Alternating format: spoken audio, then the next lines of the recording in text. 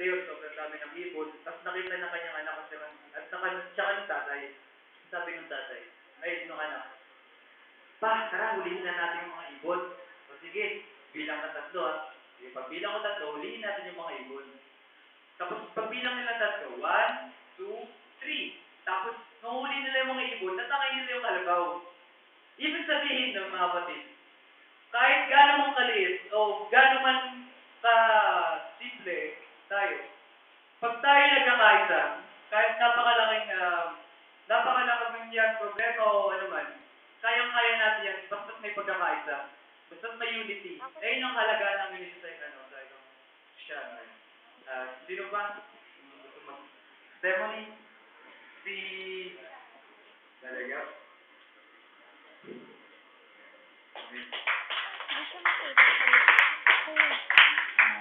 Magandang umaga po, mga kapatid.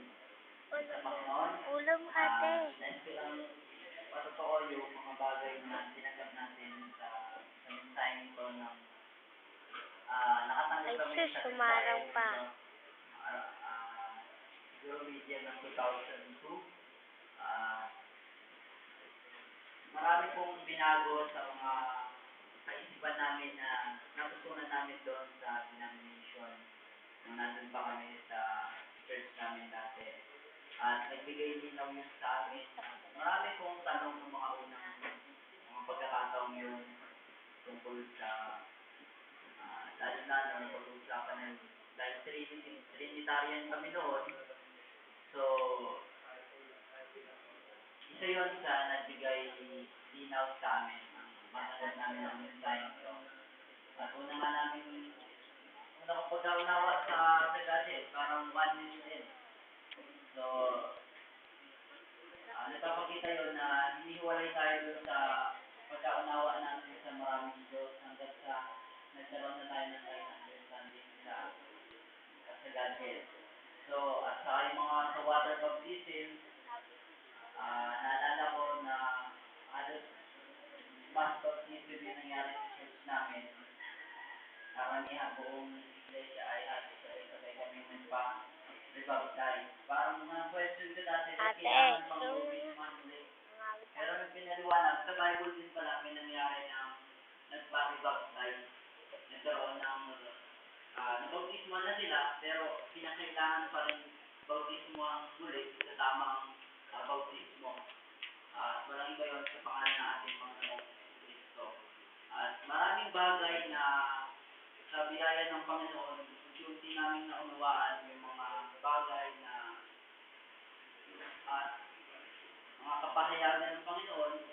Dati nag-aaral pa kami parang Bible school ang format ng school of life namin.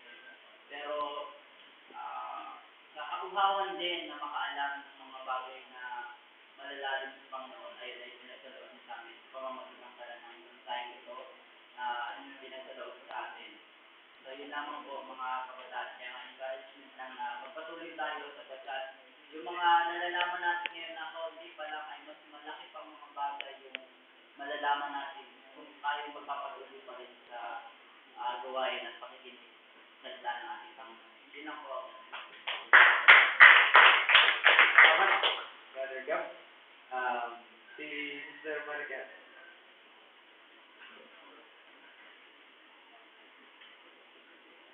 Magandang umaga po sa lahat sa Panginoon. Ako po si Sister Marica ng Carolina Church, Jesus Christ the Dundan. Bali yung testimony ko lang po, yung tungkol sa nabasa ko, sabi doon na yung gawa nagpapahayag siya ng pananampalataya. Tapos sabi doon, nagitulad doon niya ni Brother Branham si Abraham, na kung saan, alam naman natin yung kwento ni Abraham na bago siya magkaroon ng anak, sabi doon na tinensig ng Panginoon yung pananampalataya nila ng kanyang asawa. Yung si Sarah na yung edad ni Sarah ay sobrang tanda na niya at hindi sila talaga magkaanak ni Abraham. At ganoon din si Abraham na matanda na. Sabi doon na yung pananampalataya nila, kumbaga si Sarah, nagkaroon siya ng doubt na magkakaroon sila ng anak kasi nga sobrang tanda na nila. Tapos, kumbaga, nandun pa rin yung awa ng Panginoon sa kanila dahil sa hindi siya pinarusahan dahil sa doubt niya na yun. Tapos, si Abraham, yung gusto ng asawa niya na si Sarah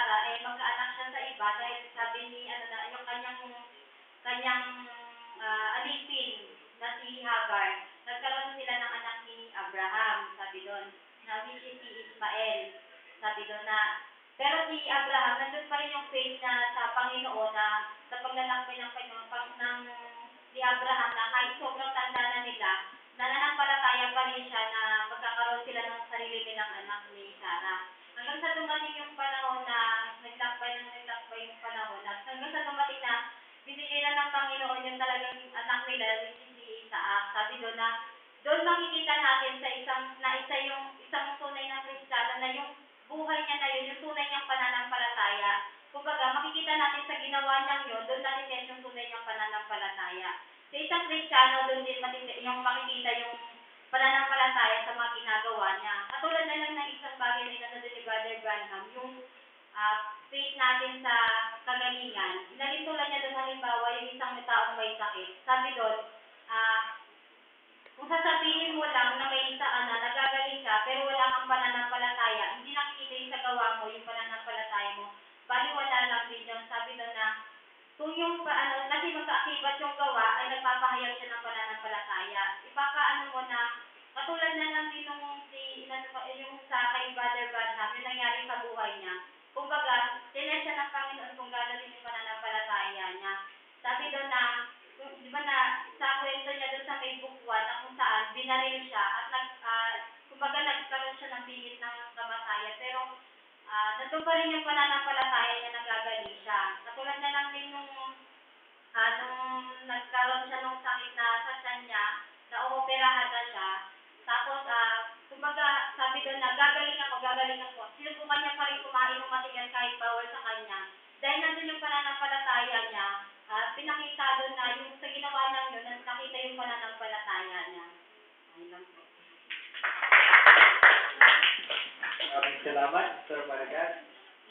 Si Brother Josh. Right. 7 minutes.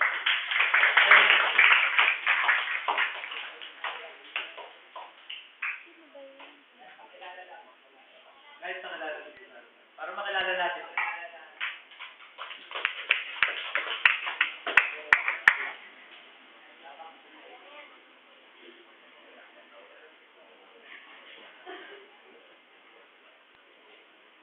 Magandang umaga sa lahat sa aming Panginoon. Ako si Brother John, Bara. Bali, nagagalak din kasi medyo marami din na kabataan ang tama dito sa amin. Ayun lang, lang sa akin encouragement din para sa mga katulad kong kabataan para magpatuloy sa mga ganitong gawain. Maraming salamat. Amen. Salamat, Brother Josh. Si Brother Joseph. Brother Joseph.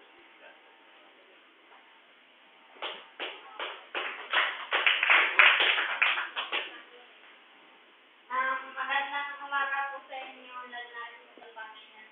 Ngayon po ka naman po yung nabasa ko po sa track, sa graduate tribulation, sabi naman 160 daw po, lumabas daw po si Tertullian. Ang turo naman po niya ay yung economic trinity, tapos ang ibig sabihin daw po ng Christ is God the Son. Kasi mga naniniwala naman po sa kanya, yung mga Pentecostal, tapos yung Protestant, tapos yung yung Roman Catholic Church. Tapos doon naman po sa 168 ulit po, lumabas po si Origen, tapos ang kanyang turo sa subordination system. Tapos yung ibig sabihin daw po niyan ay yung yung Christ is God at God the Son. Tapos yung mga naniniwala po sa kanya ay yung